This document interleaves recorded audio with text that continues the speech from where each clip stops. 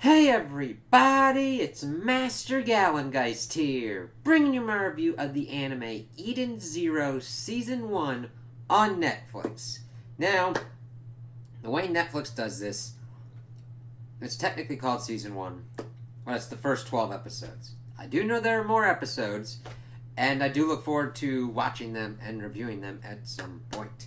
I just don't know when they're coming out. But, of these 12 episodes, I actually really enjoyed it, which is kind of strange because I was a little bit iffy on Fairy Tail when I saw the first couple, and the thing is, I don't know if it's possible for an author to plagiarize themselves, but sweet baby Jesus, this one, the main characters of like Shiki and Rebecca, and then of course Happy's like Happy, but if I accidentally start calling Shiki Natsu and Rebecca Lucy, I'm sorry. And it doesn't also help that sometimes in the background you see Natsu and Lucy putzing around in the galaxy, which I actually like that. I'm like, okay, that's pretty cool. I like seeing the different kind of things going on.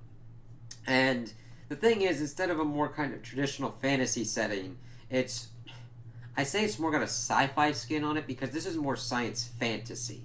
Or granted, we do have advanced technology, but it's more treated like magic, and that the rules are more loosey goosey in certain instances with what's going on. But overall, I really enjoyed this anime. I like the characters and the development and the action that they just got through. It just really pulled me in. I like the characters. I like the setup, and it was just an enjoyable watch.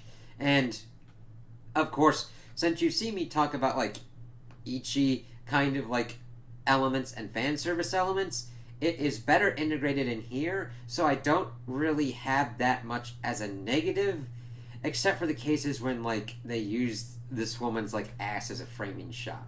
But it's almost used funny and made on of itself, especially when another character was like referencing her ass because he liked her ass. It was like, okay, I can kind of get it.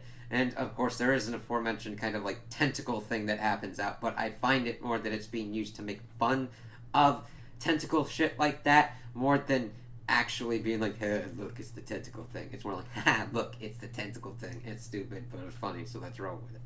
And it just works overall well with the tone of this series. It does a good job of threading between serious and funny. That balance is the key bit. I'm not adverse to any of these different kind of things that are put into an anime, but you gotta know how to use them. If you just had an anime full of fan service, yeah, you got that one thing, but if you don't have anything else to like draw people in with like good characters or good story, at least in my instance, I'll be like, okay, that's not for me, cool, and then just like putter along. You kind of have to balance your certain things when you're doing things, and this series actually hit it for me. As we start off and we see these robots like taking care of this kid, talking to the kid's like, hey, is that a comet or one? I was like, no, that's a dragon. And then the other robot, Michael, is like, yeah, it's probably like a comet or something. And we find out it's like a mecha fucking dragon. It's really kind of cool, interesting kind of concepts of fusing of different kind of fantasy stuff with, like, they bring up this whole cosmos aspect and all this whole universe things. And it's like, oh, cool, I can't wait to see them actually delve into that more. That's the kind of shit that I like.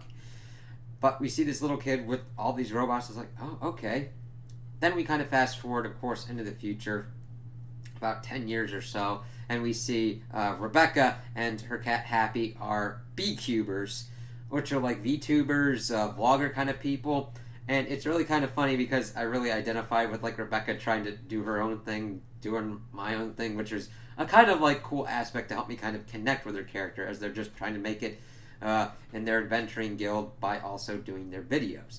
And I think that the guild aspect portion of it is just kind of like a holdover from Fairy Tail, but we'll kind of see if they kind of shake out that more later. But we see she's like landed here. We see it's all of robots. Shiki is the person that's trying to like fix them all up and all that, and introduces them to this like, what the fuck? Of course, we get the crazy shenanigans of that. He's never really dealt with a human before, and of course, like touching her, being like, "Are you a human?" Shit, and that actually kind of worked. Like, it is an invasion of personal space. However, there are cyborgs and different kind of people, so if you don't know who someone is, you could get a fembot situation where they try and shoot you with machine gun boobs. So, now granted, that has not popped up in this series, but I'm making connections where it's like, yeah, you could have weapons anywhere.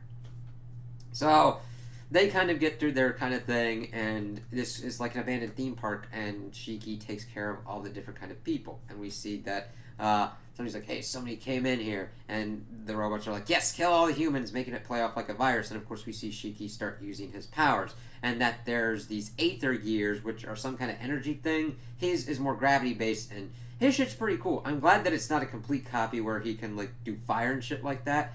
And seeing him have the gravity thing helps work out for like flying and different kind of like aerial kind of maneuvers that he can do. So I'm like, okay, you got me on the person because he's like, yeah, I just want to make friends. And I'm just like, God damn, dude, I'm good with you. I'm good. And he tries to be friends with Rebecca and Happy. And, of course, his grandpa, as he calls him, the Demon King, who played the Demon King, evidently in this, like, theme park town, found him and took care of him and said, hey, you should, like, get friends, like, that would, like, cry over you or whatnot. And, of course, they're getting ready to kill Rebecca and Happy and shit like that. And, they're like, beating on, Shiki, and she starts crying that he's hurt because of all this. And of course he has a really epic kind of fight with the king dude, and they escape, but we learned that they actually weren't infected with a virus and wanted him to just be able to leave because they were going to die anyway, and that they all died. It's like, sweet Jesus, holy shit,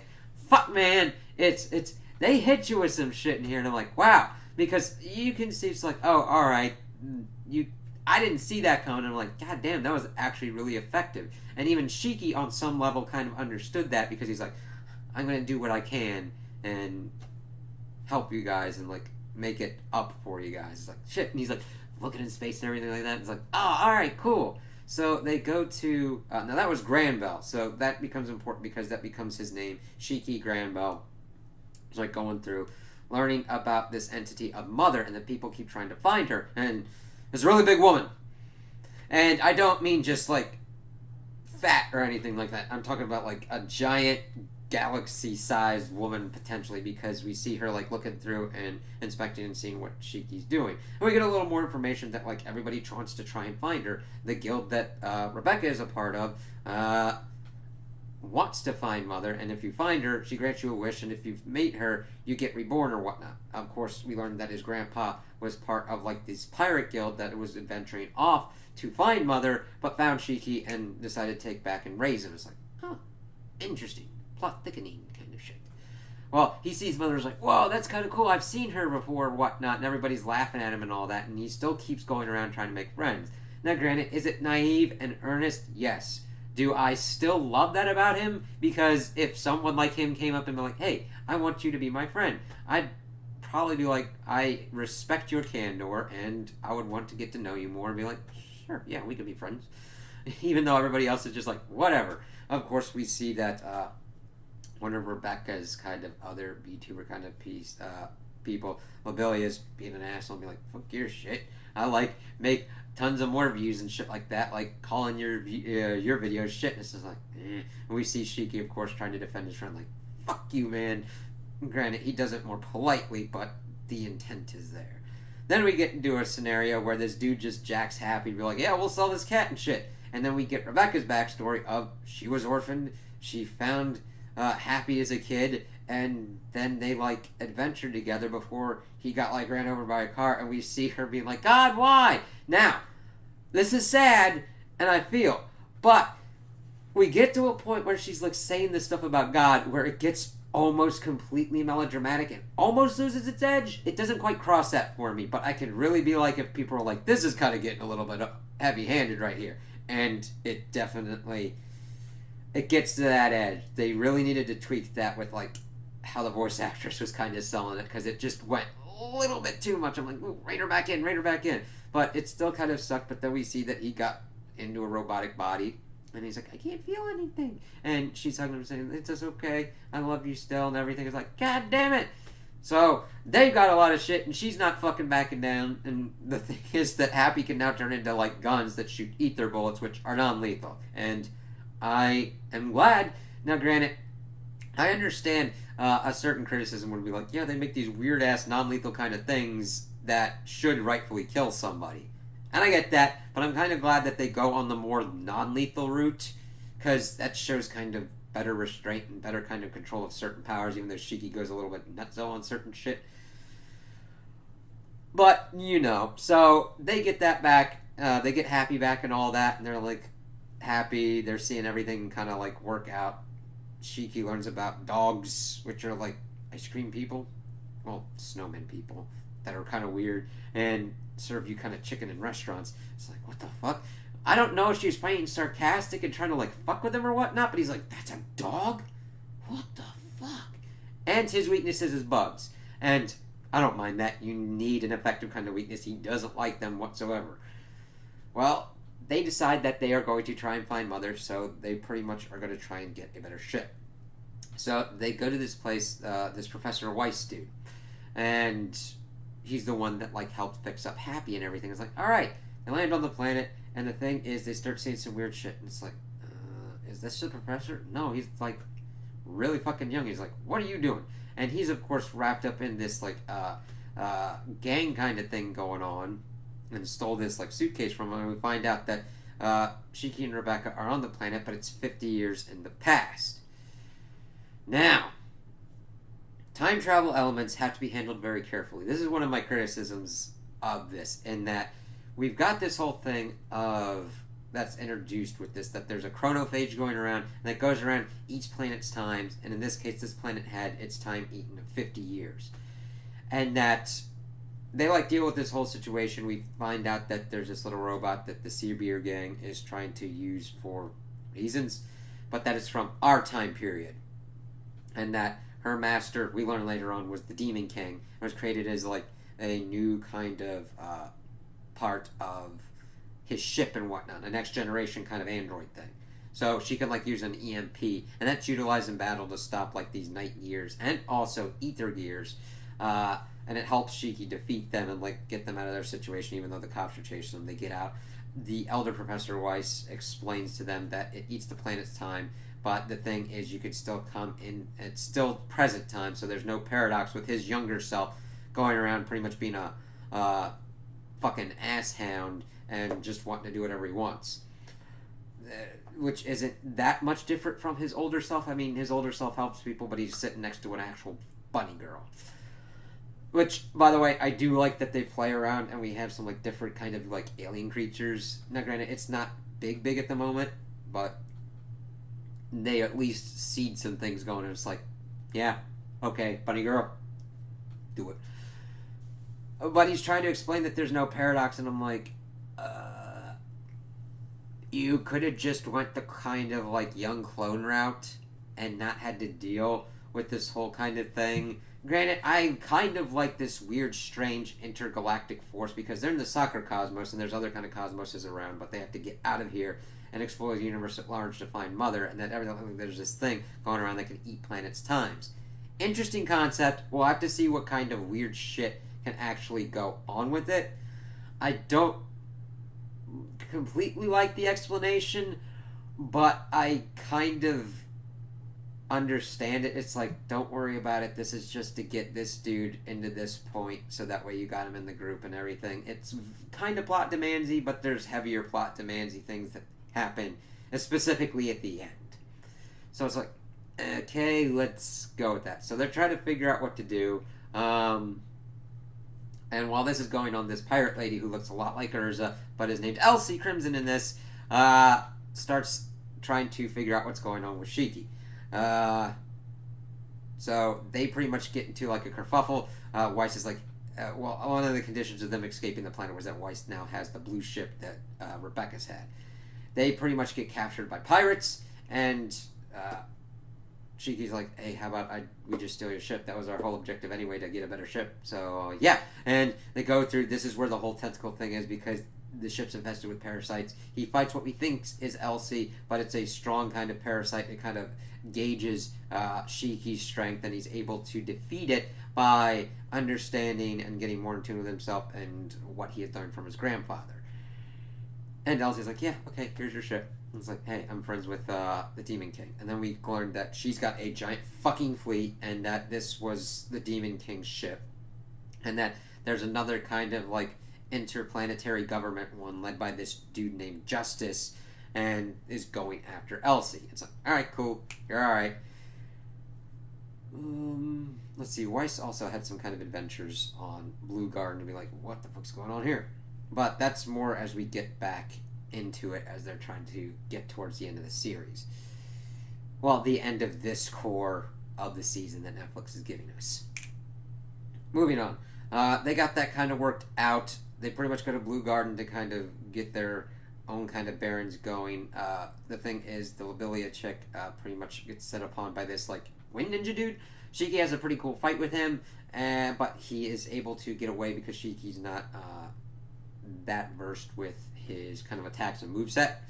But he's able to stop that VTuber from being captured, but we learned that all these other VTubers were being captured, and of course Rebecca gets captured, and Happy gets injured because Rebecca and Happy had been called by the Guildmaster for reasons. And the thing is, it seemed like the Guildmaster got kidnapped with him, but evidently he didn't, and then we don't see much of him later. That was the one kind of confusing part that I wish had been integrated better. But we see that they have been captured by Sister Ivory's part mercenary group to be sold to this Aliga dude on Gilsts. This is important because we see that there are 4 lights of the Eden Zero. And the thing is, normally I'm very wary of a show actually giving a show or movie like almost unironically saying its name or whatnot, kind of like Let There Be Carnage or High Rise Invasion.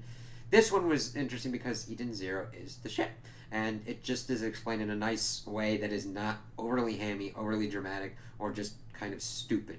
Because we see that an android pops up, kind of gives Shiki the rundown. Her name's Witch, is able to do all this stuff with like massages and all that. That was kind of funny because Rebecca's like, don't give me that one that you're giving Happy.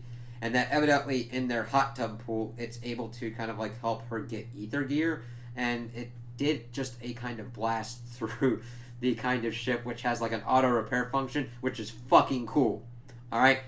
I understand it. You could also view it as lazy, and that is like, hey, they should be able to fix that stuff, but I mean, it's kind of super magical kind of tech, more on the magic side, so I'm like, you kind of need that with the crazy ass shit that goes on. But we'll have to see how her ether gear kind of works out, because another ether gear user is like, this is a really hot tub kind of like thing, and so it's like, alright, we'll have to see what's going on there, because it might not be affecting her as much, or she's used to it. I don't know, we'll see. But sister android is one of the other ones. There's like a hermit one, and a Valkyrie one, and a shield one. Yes.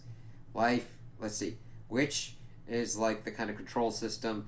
Ivory's usually like the healing system. Then we got the hermit that's kind of like the mind, and then the shield doing its shit.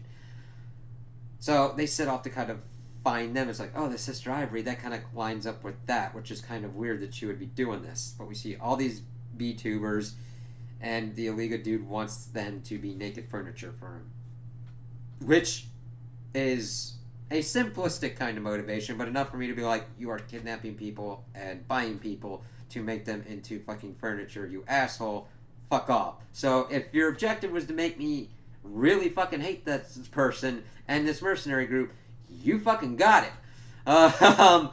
So that's an effective kind of force for Shiki to be like, you kidnapped my friend, I'm pissed off, and I'm going to stomp your ass. He does. But we see that Weiss also brought on their ship this person named Homura, and she's like, yeah, I kind of just want to fight the Demon King. And of course the Demon King has passed on, so Shiki's the new Demon King. And she's like, yeah, I'll help you guys out with the planning and everything. And she has this annoying habit of like talking to herself, and everybody's still being able to hear her. So it's like, yeah, we're hearing your plan and everything. So they set off to Gilsts to kind of find out what's going on. Also on here, which was kind of weird, we see this one dude that's able to kind of like sumo fly. It was just the weirdest fucking thing ever, but it was kind of funny as well. So I'm like, okay, that definitely deserves a comment. This is kind of where like more of the ass shots come into the framing effect, because we see that Homura has this soul blade as an ether gear, which is actually pretty cool, and she like kicks a lot of ass because Shiki and the group kind of find the place, as Rebecca and the rest of the VTubers are pretty much have their clothes eaten off by like bubbles, and then Rebecca tries to like help the VTubers get out of the situation. She's able to like get out of the holding pen kind of place and try to find her around, but the Iliga dude's able to like get her into a compromised position and like stun her with his tongue. So Shiki has to deal with like this Sister Ivory who looks kind of weird. Witch is going, all right, same energy signature, really looks kind of different, and she sets upon them this group that's pretty much supposed to kill him. Shiki and Happy are able to kind of like get away while Weiss and Homer deal with them, and they kind of like work out. She's trying to go down to find this like aether source, which they really need to kind of like explain that. I would like more of an explanation on that, but they're giving me pretty good character development so far and pretty good action development. So, and it's only 12 episodes in. I'm expecting some kind of explanation at some point, but I don't think that the series is going to get that in depth with it. So they kind of get to a point. He utilizes his aether gear because he could do a lot of like technical kind of stuff. He does this kind of gun thing that takes out the flying sumo man. But they go down and they find the real sister, and this kind of like robotic one has been like using her powers to heal people.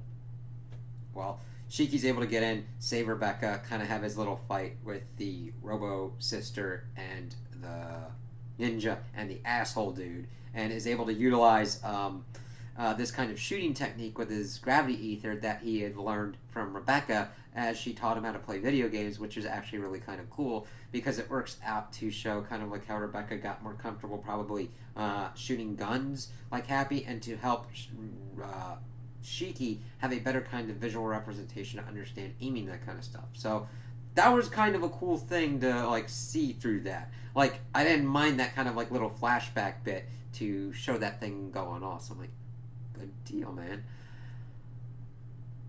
Well, they're pretty much able to like get her into a stopped position, and then the real sister comes in and like racks her ass and like, fuck you, I came here for a mission, and utilizes her powers to help unfurniturize all the rest of the young women, varying forms of younger women. And of course all the VTubers are getting out. Not Lucy. There we go. I knew I had to slip up at least once. Rebecca decided to choose to help one of the VTubers that had gotten captured by Iliga again. And Pino's like, no, we should just leave her because that's not efficient. And Rebecca's like, it's okay. And of course, Pino then learns afterwards, yes, it's better to help as much as possible. It might not be the most efficient, but you gotta at least try. And it's like, all right, lessons and learning and goodness. Okay, yeah. I could understand how people might like vomit and find this to be unrepentant garbage, and that's your opinion. That's cool. Don't watch this. That's cool then. If you don't like it, all right. If you do like it, I'm glad too. I like this one too. So the reason it gets to a point that a chronophage is pretty much coming at their ass, and they're like, get off. So we see that they're able to get off in time, and it ate like 1,200 years of the planet. And the thing is, this planet used to be this like hot tourist spot with all these trees and everything, and turned into a den of lawlessness and all things. Mos Eisley, the hot, wretched hive of scum and villainy kind of place. But then after the 1,200 years passed, it's like, okay, yeah, but it killed a lot of people. And we got this like Draken dude who escaped, as well as leading his own kind of like Draken Joe, something like that. Yeah, he's head of like illegal outlaw group, so he's probably going to be up there as well. But everybody's like, yeah, cool. We get in contact with the guild's kind of representative. She's like, you might want to stay back a little bit because Rebecca had helped so many VTubers, and everybody would be under frenzy if she like popped up now. And it was really kind of cool seeing all these other VTubers kind of like say how much she helped and all that. And it's kind of crazy because one VTuber's like, I script all my shit, and one of them's like, I still want to eat shit. It's like, do your channel, man. Do your channel. So they're then coming up with other kind of leads and everything. We see that Sister Ivory's already down to help. Homer's cool to be a friend, and that she just wants to spar with the Demon King. She's like, yeah, cool, just be my friend. Weiss, of course, agrees to be his friend as well as they're trying to figure out their kind of next move, which is to find one of the next ones. And the thing is, they passed this monument, Iron Hill, which has all these kind of monuments to all these heroes, and plot demands enough, there's the Hermit one right there. As we also get throughout the series that there's this narrator chick or whatnot. It's like, alright, that's interesting. So we'll see kind of how that works out. So that ending of them just fucking actively stumbling upon something, I'm like, come on. I do have my problems with certain things that were going on, but they didn't really destroy my enjoyment of it, and I kind of, for some reason, got into this more than Fairy Tail. I just think that the character backstories worked for me a little bit better, and the way they were presented and the way they were done worked for me better than, like, Fairy Tales, even though there's a lot of fucking similarities to the point of copy and pasting. Alright? And I like the action scenes, and I just like the message and themes that were presented throughout it. It's like, yeah, I understand it's cliched and considered naive for, like, the power of friendship to work for some things, but I kind of like that. And it's kind of nice to see that kind of work out. But I enjoyed this. I can't wait to see the next core of these drop and to see where they're able to take this series from here. And I'm like, good job, Netflix.